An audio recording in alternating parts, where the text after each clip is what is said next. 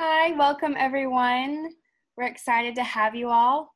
This workshop is the third workshop in the Office of Entrepreneurship and Innovation Fall Workshop Series. I'll put the fall workshop schedule in the chat so that you can all plan for any others you might want to attend. At the end of the workshop, I will put a survey link in the chat for you to fill out after the workshop. If you take a minute to fill that out, we would love your feedback. The provider today is Brooke Spencer. She is a Senior Manager of International Strategy and Planning at Walmart. So if you'll make sure that your mics are on mute, we will get going. Thanks.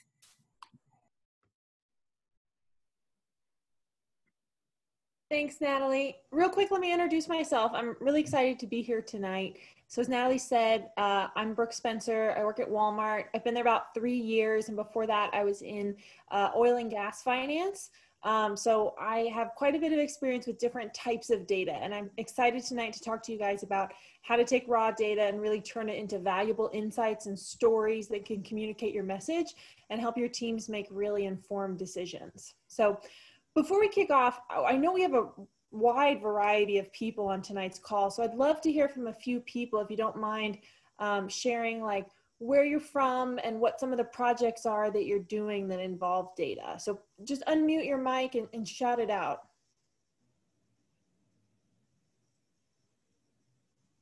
I can go first if no one is going to. My name is Yang Luo Branch. I'm with Tyson Foods, and I do data visualization and dashboard design full-time in IT.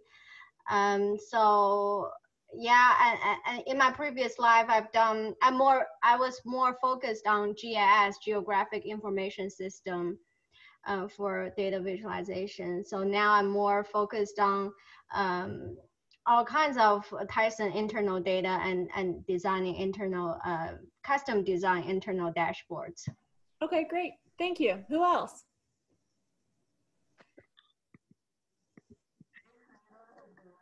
I'm a grad student in psychology, and I use data visualization to visualize brain activity and teach some RStudio data visualization stuff in there with ggplot. Okay, great. Thanks, Stephanie. Hey, I'm from Little Rock.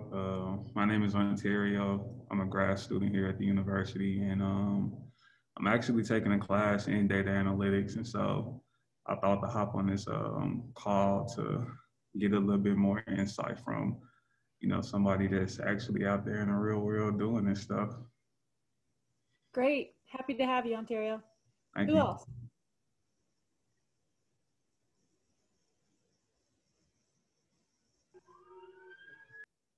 I'll go. My name is Shane Sutton. I work for Comventures, which is a subsidiary of Tyson Foods. And I'm an American, but I actually live in Brazil. I lead our South American business unit down here. So we're constantly trying to look for sort of new and innovative ideas. So there's actually, I noticed on the wall here, there are quite a few folks from our team down here. So you've got a number of Brazilians that are participating in your call tonight. How fun. International reach. That's great. Okay. Yeah, go ahead. Is there somebody else? No. Okay, cool. Well, I'm going to jump into my presentation then and share the screen with you guys. Hold on one second. Give me a thumbs up when you can see this. Okay, great. All right, let's jump right in. I'm going to talk to you guys tonight about data insights first and foremost, a little bit on storytelling, and then at the very end, we'll get to visualization. I do want to make this an interactive presentation, so we have a couple breakout rooms tonight. So if you guys have never done Zoom breakout rooms, basically when we get to a certain point in the presentation, you're going to break into rooms, and the administrator is going to push you into little breakout rooms, and I'm going to have you do some small group discussion. So just get ready for that. It's a chance to unmute your mic and talk to a few people. And then if we have time at the very end, I'd love to share a few funny bloopers that I collected over the years of like really bad data examples. Bad data is everyone's favorite, right? Okay, so let me jump on in. First and foremost, why do we need data? Why is data important? Why do you need to have it? And the real reason is that you can't improve any process that you can't measure. So the most important thing when you're working through process improvement is that you have to be able to measure the before state, the improvement, and then the lasting end state. So the DMAIC acronym that I've shown here is one that's used in Six Sigma, which is it's a mechanism for process improvement. And basically what they're saying here is that you have to be able to measure it before you can analyze it, before you can improvement. So all of your informed and strategic decision making starts with having the right data and using the right data in the right ways. One of the things that I really like about working with data is that if you do it correctly and you present the data in the right way, it really and truly should be indisputable. Like no one can argue with you, no one can counter you because you have the right data and you've done the right research to support your hypothesis. So that's what we're going to work through tonight is how do you support your hypothesis with data. So first off, let's talk about there are two different types of data we're going to focus on. The first is more qualitative data. So qualitative data is collected through long responses from long surveys or focus groups. This is responses that come in the form of sentences or feedback or things like that. It's usually from a small sample size, like I said, like a small focus group, but the answers are much richer. So the example I've given here came from an interview group, and we asked people, give me your answer for I would live better if. And then these are the free response answers that people gave us. Now I know there's more time later you guys are going to spend on more qualitative data. So I'm going to focus today on quantitative data. So quantitative data is numerical. It's used to help you perform calculations. And when you have quantitative data, you can get to conclusions and you can prove your conclusions using the data that you have. So normally, if you're working on an open-ended research problem, you might start with qualitative data, like the information on the left, that would help you form a hypothesis. So in my example here, you would interview a few people, you'd come up with these responses that you collect. And for example, one says, I had less stress in my life. I would live better if I had less stress in my life. So you might develop a hypothesis based on that I think stress in their life is caused by being a working parent.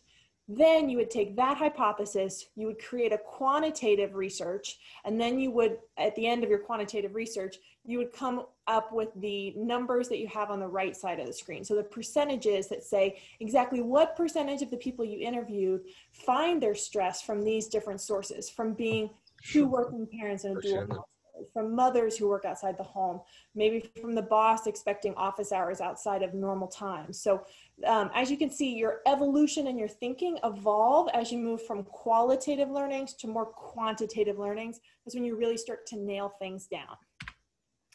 So how do you get quantitative data? Well, there are a couple different ways. It can come from a variety of sources like experiments, research, surveys, etc. You can always do your own research, like you can develop your own surveys, your own questionnaires, things like that. Or you can always borrow from sources that already have publicized data. And a lot of times that's the easiest way to go because there are a lot of data sets that already exist that are publicly available. I've actually got a slide here at the end with a list of more than 50 publicly available free data sets if you want to just play around with some of them. So if you're using existing data, one of the first things you want to do is you want to focus and verify that the accuracy and the integrity of the data are there. So there are lots of subtle ways that data can be manipulated. You can change the title, you can change the calculation. Is it a percentage year over year, percentage month over month? You really have to understand the data that you're analyzing so that you know how and when you can use it. I want to do an example, a live example, if you'll tolerate with me for just a second. I'm going to open up a website, and I chose to do the CDC government's website tonight because CDC has been everyone's favorite data source recently with COVID. So I'm actually going to open up the website and walk you through how to do a really simple data analysis to answer a really simple question that you have. And you'll see that there's a lot of cleanup involved in this process, right? Like it's going to spit data out at us from the website. We're going to download it. And then I'll show you a few steps to work through to clean it up and get to an Excel-based output that you could then easily use and transpose into whatever tools you want, okay? So let me do a quick share here. This is the website that we're going to. It's just data.cdc.gov. we're gonna go into their data catalog, okay? So for my example tonight, we're gonna have a hypothetical question. And in this case, the hypothetical question is, I'm worried about COVID in my family, and my grandmother has diabetes, and my grandfather has asthma. So how likely are they to die from COVID based on these pre-existing conditions, right? This is a real question. This is one you might actually ask yourselves. So we're gonna come into this website and we're gonna open up this database. It's called Conditions Contributing to Death Involving Coronavirus. This is just one of the most recent data sets that the CDC has put out. So we're gonna open it up. Anytime you're looking for data, you can always find websites that have like analyzed it for you. They have put out other tables and you could create visualizations based off of their tables.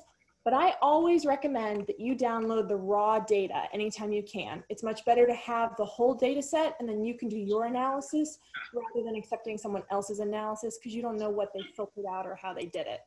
So we're just gonna export it into a CSV for Excel.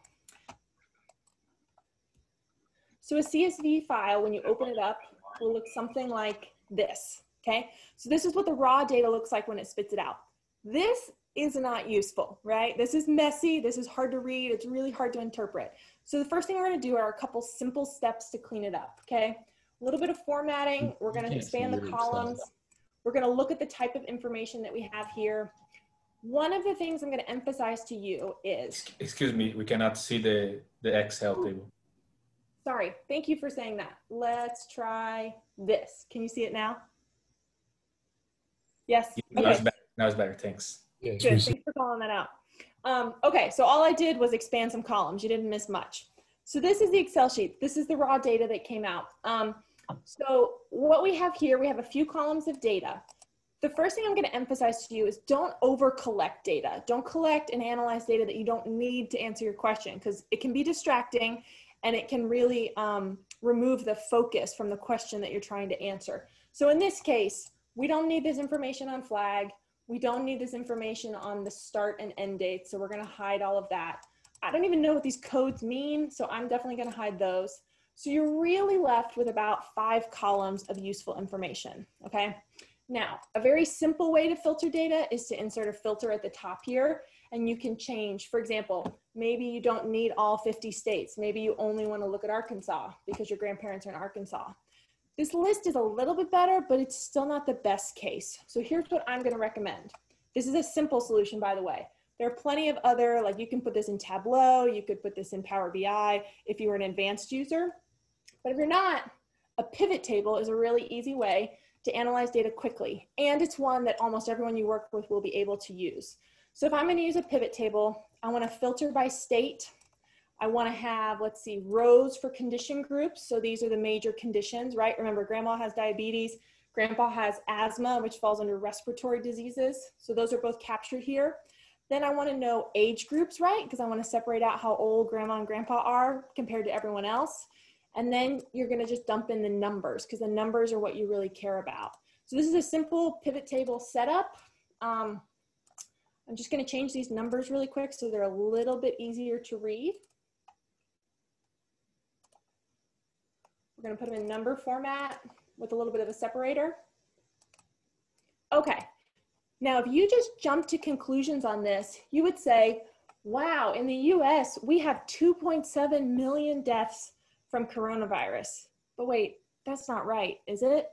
Always take a second and be skeptical of the data. What are we missing here? Well, you have this column here for each age group, but then you also have an all ages column, and then the pivot table automatically sums all of the columns. So really, you're double counting this all ages column. So to get an accurate result, you actually want to not look at the all ages column, and we're not going to look at the not stated or the blank. So again, filter it down to what's really important. And again, for us in this example, maybe you care more about just the state of Arkansas and you don't really care about the rest of the US. So get specific here. So now you've got actual cases or actual deaths from coronavirus, and we can do some calculations based on this. So we can say, what percentage of the total people that died had diabetes and that was a cause of their death? Only 4%. Well, what about respiratory diseases, which will include asthma, right? Remember, one of the people we cared about had asthma. So that one's actually 31%. So real quick analysis to say, You're much more likely to die from coronavirus if you have a respiratory disease than if your major underlying condition is diabetes, okay? I'm not a doctor, this is just what the data says. Any quick questions on that before I go back to the deck? It's a really simple analysis. Just wanted to show you how you transform a little bit of raw data into a few pieces of useful data that can actually answer your question. Cool. Okay, so now I'm going to jump back in. What you guys saw, and you may not have realized that we were working through, is we're actually transforming data into insights.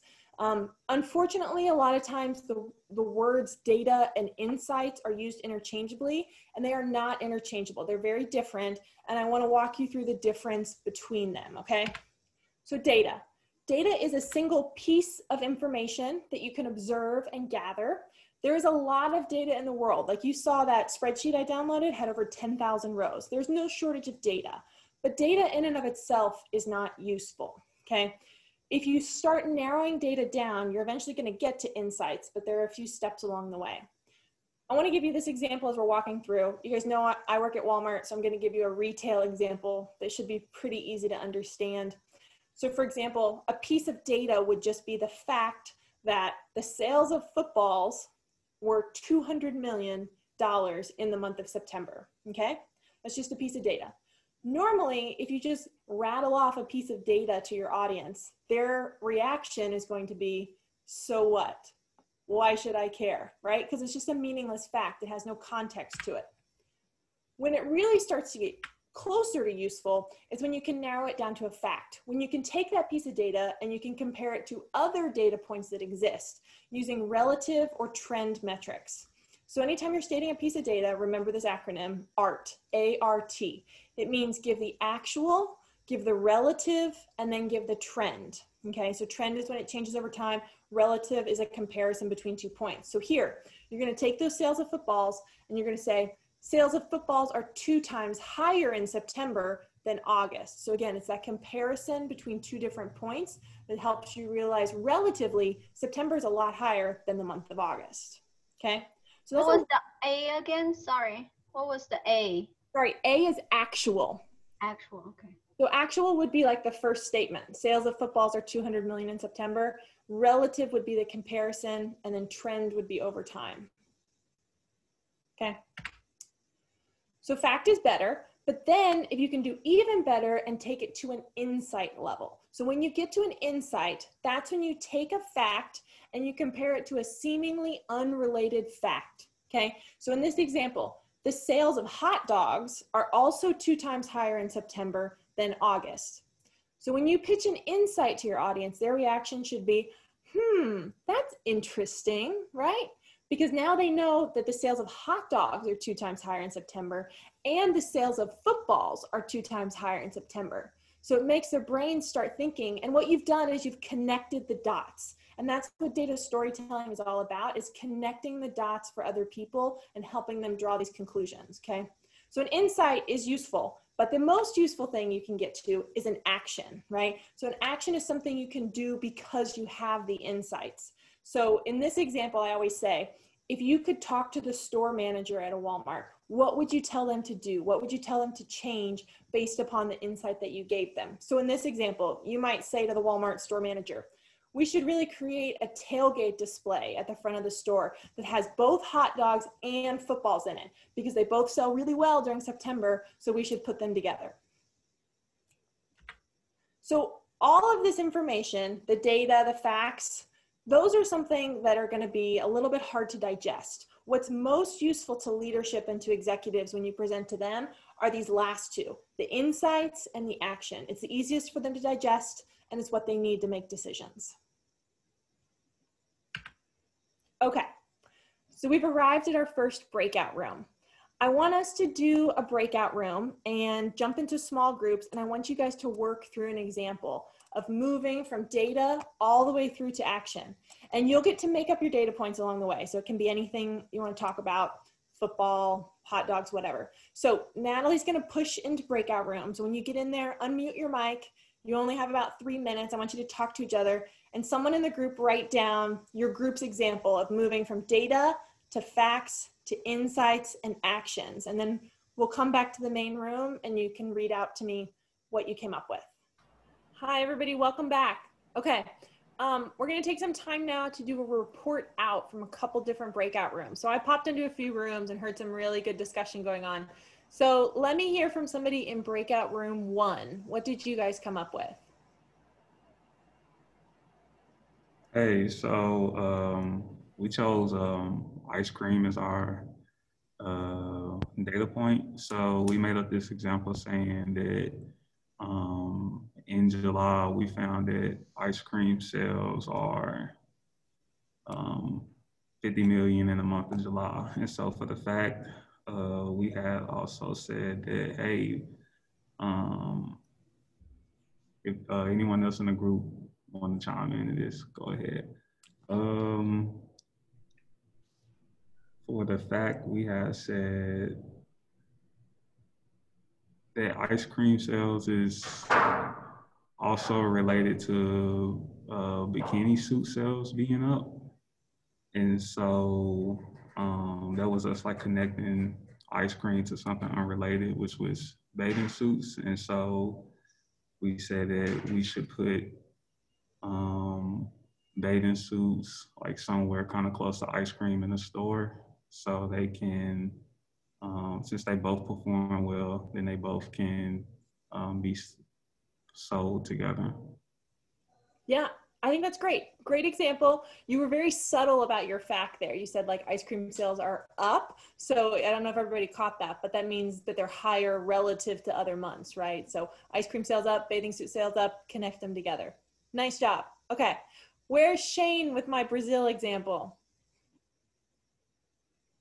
Okay, so I kind of highlighted the fact that we sell a live product in Brazil. So our little factoid was looking at our sales volumes in a given month. Like let's say, for example, our sales would be up in August, say compared to a January, and then as we compare those two data points, the seemingly unrelated fact is that consumption here in Brazil takes a significant spike during Carnival. And so our action would then be to step on. My business has a very, very long production cycle. So for us, we have to look about 1.5 years ahead of time to adjust our production to have it available at that 6-month interval before Carnival, to then have our customers' product available for the increased consumption in February. That's great. What a good example. I love that you connected product sales to an event, a holiday in the local culture. And those are definitely seemingly unrelated, but turns out they have a really interesting connection. Cool. Thank you, Shane. I appreciate that. Okay. You're welcome. I'm going to go on to the next section, which is I'm going to start walking you through some tips for how to tell the story with data, okay? So you guys now saw, like, the point is to get to an insight and an action, but how do you craft this story and how do you make it as impactful as possible? So the very first thing I want you to know is that you need to know your audience. I love this quote from the CEO of AT&T, which says that designing a presentation without an audience in mind is like writing a love letter and addressing it to whom it may concern. Right? Which sounds crazy, but so many people develop blanket presentations and they don't know who they're presenting to. They don't understand their audience. So today I want to tell you about these 6 unseen audience factors that I've identified for you. These are things that if you walked into a room, you would not automatically know. It might take a little bit of research for you to learn these things about your audience, but it's worth doing the upfront work because it means your message will land better. So they are knowledge, attitude, voice, emotions, incentives, and logic. So let me just clarify what each of those means really quick. Knowledge is the factual knowledge base that the team has. How much do they know about the topic you're trying to present to them? Attitude is how they're going to feel about what you're talking about, how they're going to approach it. Are they open-minded, closed-minded? Are they having a good day, having a bad day? Those are important factors to consider. Voice is what is each person's voice in the room? who has the loudest voice, who has the quietest voice, who has the most influential voice. If you are presenting to a boardroom of executives, it's understood in that room that the CEO has the loudest voice and he has the power of he or she has the power of decision making, okay? And everyone in the room understands that. So you as the presenter should also know that. Emotions, how are people feeling? Are they happy? Are they sad? Are they angry? Are they depressed? Are they really tired of Zoom meetings? Like all of these factors go into your presentation. Incentives. Incentives is probably the most important when you're dealing with coworkers, right? Because if you bring in a cross-functional team from multiple different areas, they're all going to be incentivized differently. Some are incentivized by sales, some are incentivized by retention or by profit or by operations efficiencies. Like those are different metrics that sometimes will conflict with each other. So you need to understand how each person is going to be incentivized. And then the last one is logic. This is one that can be fairly easily applied to groups, right? Like if you're in a room full of engineers, their method of logic and how they think through problems is going to be very different than if you were, for example, in a room full of artists, because they're going to just think about things differently. It's that left brain, right brain conundrum. So you need to know and understand which method of presentation, which method of logic is going to resonate the best with your audience. So breakout room number 2, get ready. In this exercise, I'm going to ask you guys in your breakout rooms to identify the 6 unseen audience factors for the audience that I'm going to assign to you. So take a look at this. I've assigned a different type of audience to each breakout room. And like, if you don't like the one that's assigned to you, I don't care, just pick a different one off the list. This is just a list of examples. Some are very business focused, like you've got the boardroom or the engineers. Some are more fun, like imagine that your audience is your family at the Thanksgiving table or a class of kindergarten students. Like what can you tell me about your audience that's gonna help me give a better presentation to them? All right, so we're gonna hear some feedback from some of our breakout rooms. Let me call in a few that I popped into their rooms and heard from. Breakout room 2, Jonathan, do you want to tell us what you guys came up with for your roommates and neighbors? What do we need to know? Yeah, so we're talking about telling a story to our roommates and neighbors. So what kind of things are going to be, important to them? The most important is for incentive is just going to be entertainment or interesting or engaging.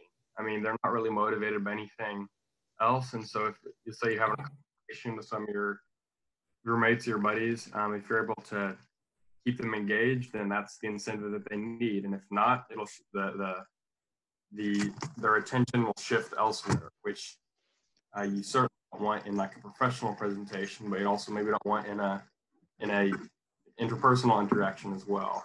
And depending on that was the big one, but emotions, that's going to be really, really important, the kind of relationship you have. In a different tone, but all the other ones, logic, how important logic is, or knowledge, or voice is really going to shift. It's going to be very, very different depending on just the kind of interaction. Sometimes it's a lot more important. Other times it's less important, just knowing when to read your friends, I guess.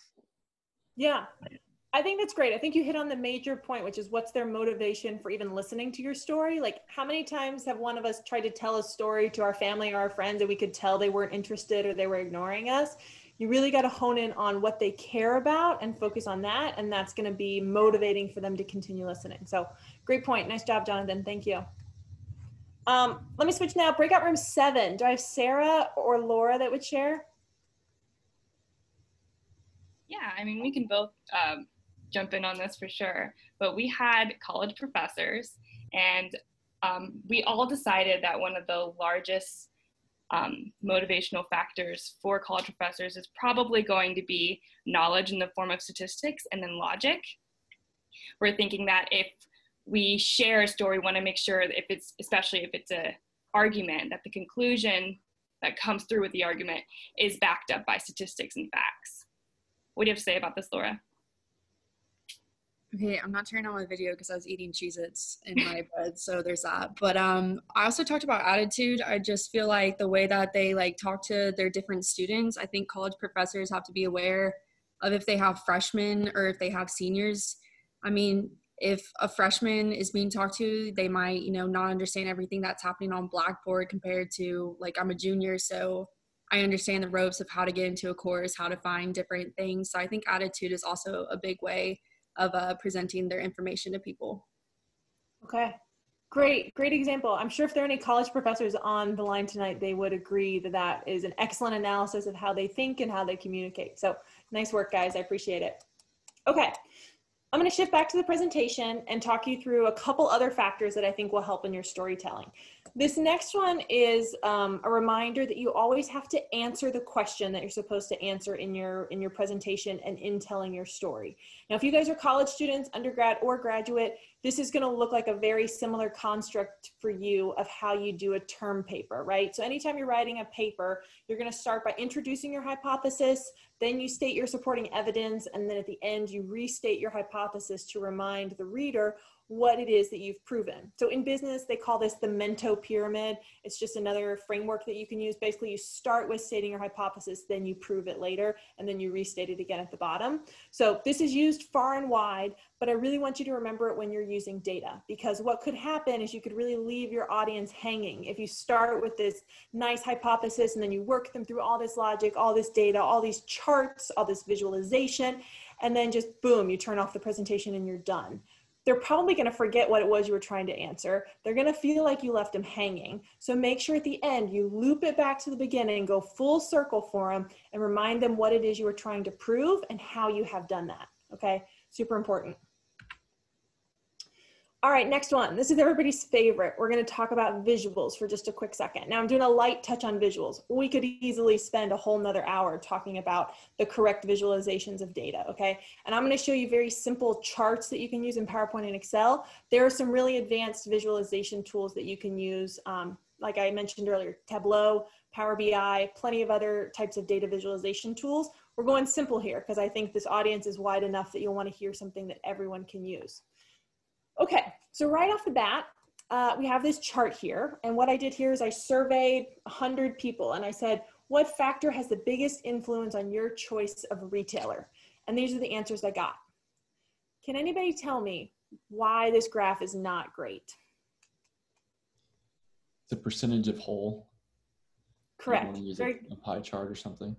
That's right, Jason. So if you look, the percentages add up to 100%, but I've chosen to display them as bars, which doesn't properly tell you that I surveyed 100 people or that this is even 100% of responses without adding it up, right? So it's not intuitive. You're not getting the message that I'm trying to communicate, because what I really want to say is this, that almost 2/3 of the people that I asked said that convenience is the most important factor for them. So it's really easy to see this big pink section of the pie on the second chart. That was not easy to read from the first chart. So again, you're trying to make getting to those conclusions and getting to those insights as simple as possible for your audience. Don't make them work for it. Don't make them all pull out their calculators and start punching in numbers to see if it totals to 100, right? You need to do the work for them if you're presenting. And so this is a really simple way to make it as simple to grasp as possible. I've worked in corporate strategy for a couple years, and we used to have this thing we would tell new team members that when you're presenting to an executive or a leader, a senior leader, they will spend about 6 seconds looking at your slide. And if they can't grasp in 6 seconds what the major message of your slide is, they'll move on and flip to the next one. So you have about 6 seconds to make that first impression on them. If they like it, they might spend more time, but if they don't, you've already lost them. So make sure your message is simple and easy to grasp in just 6 seconds. There are lots of rules of thumb, lots of internet resources you can use to find the best chart. I think the latest version of Office even suggests the best chart for you, which is really easy to use. But basically ask yourself, before you make the chart, ask yourself, what are you trying to say? What are you trying to prove? Find out what your message is and then find a chart that meets that, okay? Don't let the chart type guide your presentation. Make sure it's delivering the message you need it to deliver. Cool. Next one is about how to make your charts even better, okay? So I want to tell you here that it's super important when you're generating charts, when you're having visuals on a slide, that you're adding context, but you're not adding clutter, because there is a fine line. You don't want text boxes popping up all over. You don't want animations going crazy, but you do want to have a few key things that will help your audience better understand what they're looking at and what the message they're supposed to get, right? So I'm going to share a personal example here. This is a chart that I made in my first month on the job. And I was pretty proud of this. Like, I think it's a pretty chart, but somebody tell me, what message do you get from this chart? Like, what conclusion do you draw?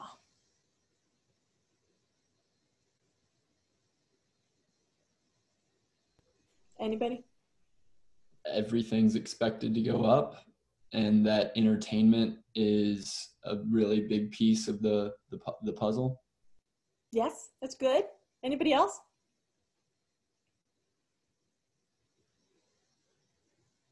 You can really see. I feel like I have to work hard to look at I'm sorry.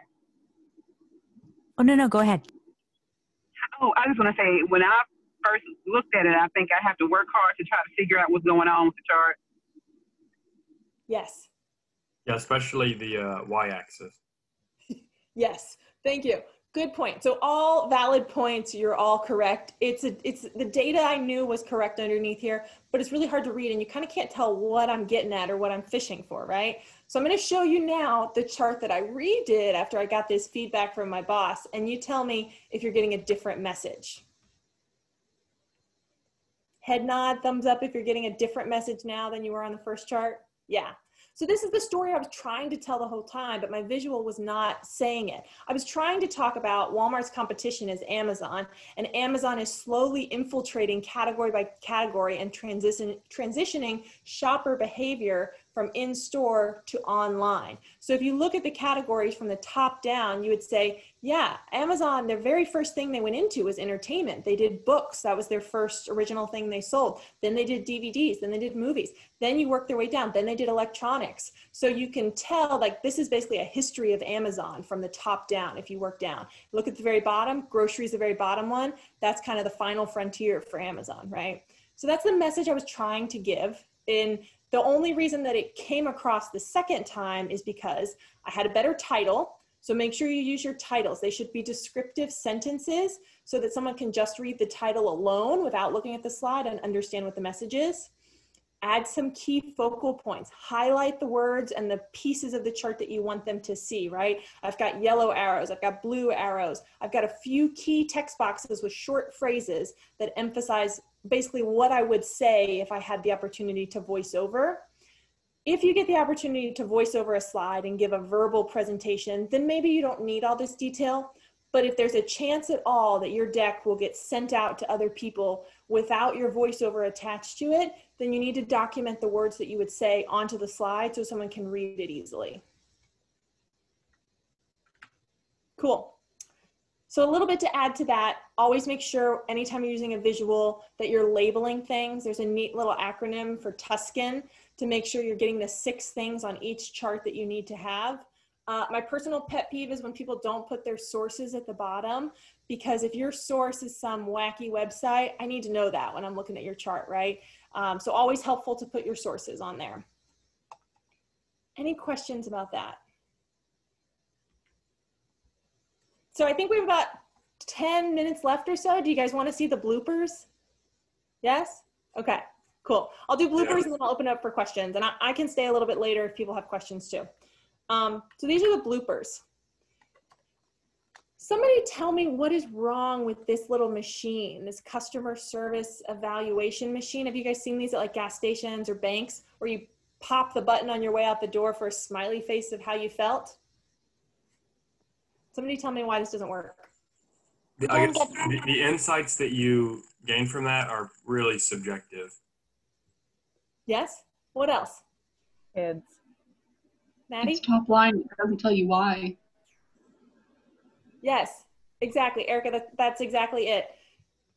You could have thousands of people walk through and punch buttons, but this is the only data you're going to get out of it, which is very happy, happy, unhappy, very unhappy. Like that's really all you can get from it.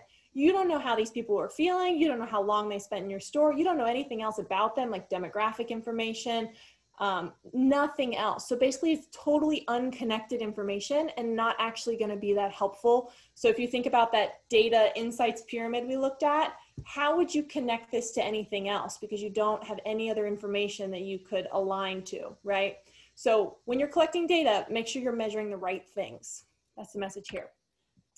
All right. This next one is another real life work example from my team. We were working on a grocery delivery program at Walmart. This was early years of grocery delivery. And we're working with a provider in Kansas City. And they said, oh, we have all these apartments. Don't you want to try an apartment? And we said, sure, be great to try a multifamily dwelling strategy. And we could say, oh, it's easier to deliver 20 deliveries in one apartment than to drive all over town for 20 houses, right? So it's an interesting proposition for us. So they sent us this list of apartments in Kansas City and they said, yeah, just pick 1 or 2 that are your favorites and we'll do a pilot there. So I looked at this and I thought, oh, well, I'd love to pick the one that has the most units in it. So I narrowed it down to this one I highlighted called Flash Cube. And I said, yeah, I think this is the one that I want. But then before I confirmed it with them, I thought I better do a little bit to verify these sources. Maybe I need to check out these properties before I commit to doing a pilot there. And thank goodness that I did. A quick search, I actually got onto Flash Cube's Facebook page. And I don't know if you can see this picture, but those are jackhammers and those are hard hats. And this apartment complex was totally under construction and there were actually 0 people living in the apartment complex at the time. Now, the apartment management company was like, oh yeah, but there are 184 units. But that's not what I was concerned about. I was concerned about people, residents who are actually living there. So you always need to do a little bit of homework to verify your sources. It's not that the company was trying to deceive me. It's just they were reporting different information than what I was actually looking for. So definitely always verify your sources. Okay, last one. This is a real live screenshot from Fox News. So I'm excited about this. Can anyone tell me what is off about this image?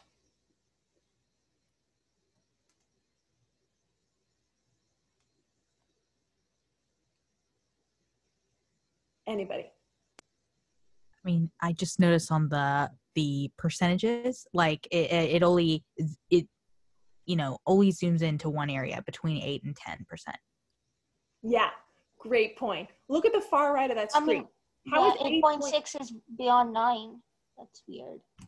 Right? It's absurd. So the numbers are not actually that far off. So I went to the BLS website where unemployment data is reported, right? And I pulled the data. Here's what a chart should actually look like. So you'll see that the data is slightly off. It's a little bit different, right? Because BLS data gets adjusted over time. So the numbers are slightly off, but that bottom number, which is 8.5 from the BLS or 8.6, should appear definitely lower than the 8.8 or the 8.9 that you see in the first quarter of the year. So basically what Fox News is doing is they're kind of skewing their visual and skewing their axis to make it look like it flattened when really it tanked in the last month of the year. So really important to display your information correctly and accurately and not screw with things like the axis. Cool. That's my presentation for tonight. Thank you guys so much for your participation. It was great. If anybody has any questions, I can stay for a little while. I'm happy to answer them. So feel free to unmute your mic or chat.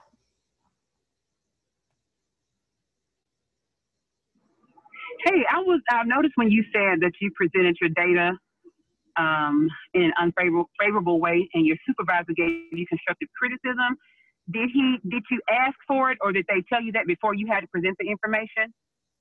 Yeah, so I did a practice presentation to my team before I had to go present this to executives. And like, thank goodness I did, because they were able to give me that good feedback that like, hey, this data looks fine, but it's not quite telling us the story that we want to tell. Oh, that's okay. That's good. That's comforting that they even gave you that feedback and not let you go in there and look, look kind of crazy. So yeah, okay, for sure. Thank you. I love that. Thanks.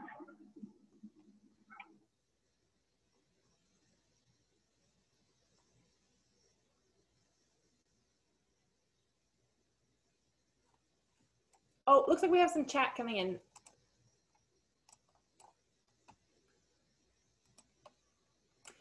Let's see, from Wenji, is there any data scraping tools that you find useful on getting data from websites?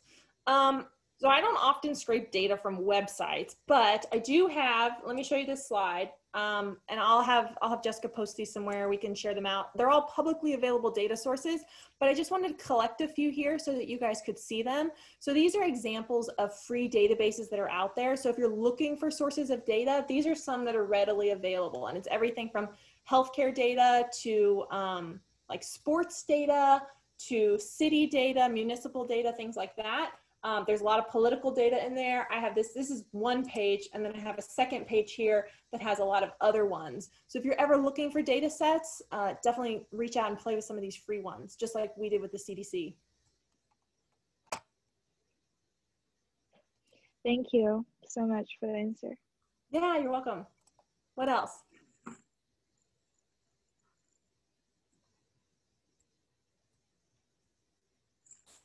So I guess trying to think how to phrase this.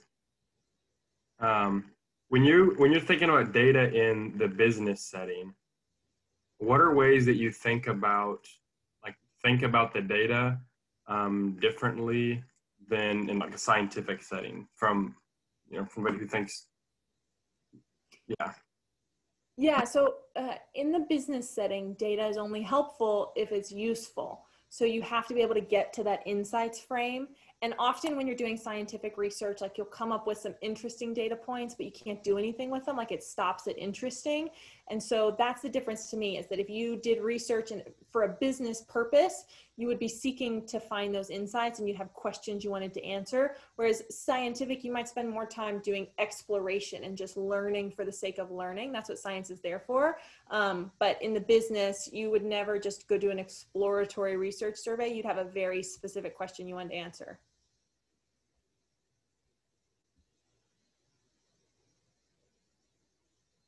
Other questions?